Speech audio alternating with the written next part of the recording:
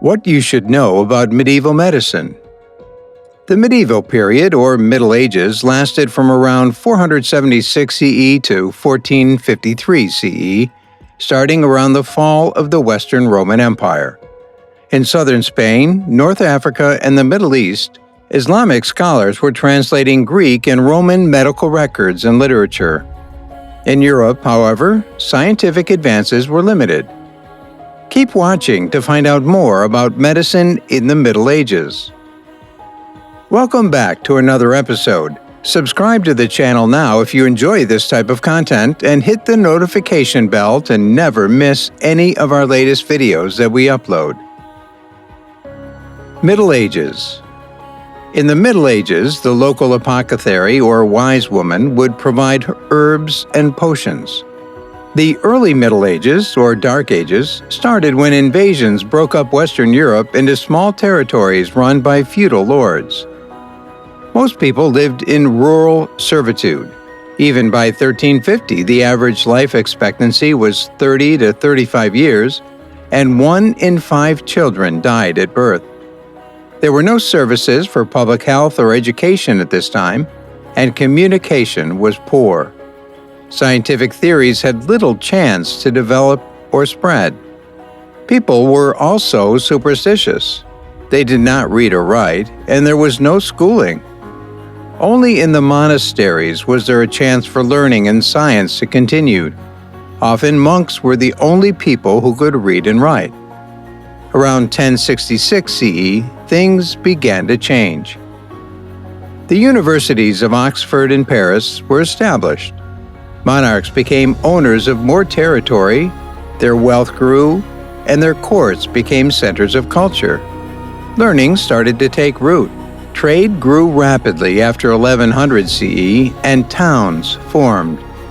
However, with them came new public health problems. Medieval medical practice.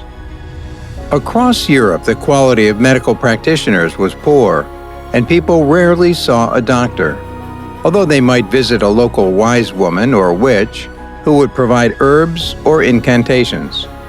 Midwives, too, helped with childbirth. The church was an important institution, and people started to mix or replace their spells and incantations with prayers and requests to saints, together with herbal remedies. In the hope that repentance for sin might help, people practiced penance and went on pilgrimages, for example, to touch the relics of a saint, as a way of finding a cure. Some monks, such as the Benedictines, cared for the sick and devoted their lives to that. Others felt that medicine was not in keeping with faith. During the Crusades, many people traveled to the Middle East and learned about scientific medicine from Arabic texts. These explained discoveries that Islamic doctors and scholars had made based on Greek and Roman theories.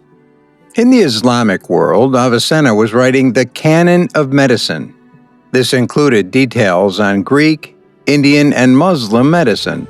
Scholars translated it, and in time it became essential reading throughout Western European centers of learning.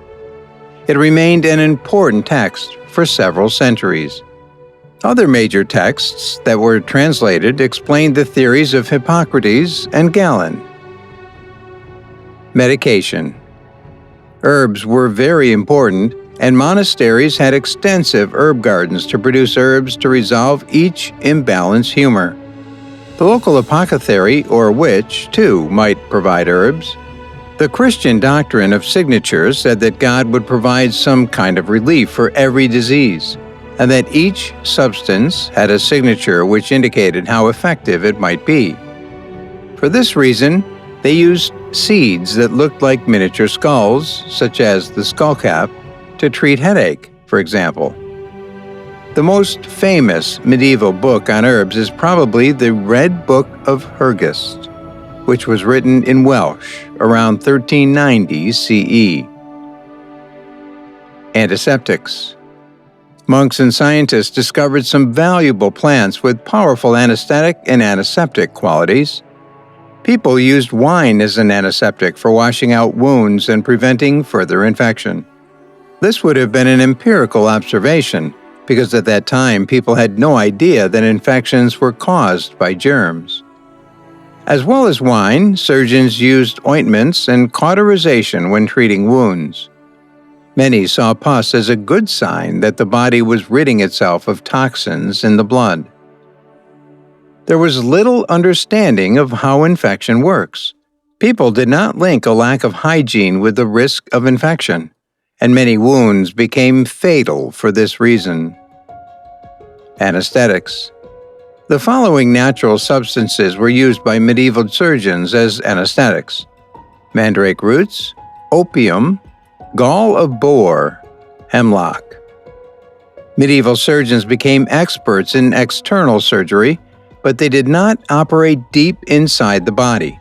They treated eye cataracts, ulcers, and various types of wounds. Records show they were even able to surgically remove bladder stones. In the early Middle Ages, medical care was very basic and largely depended on herbs and superstition. We hope you found this video interesting, and if you enjoyed it, don't forget to like and subscribe for more videos just like this.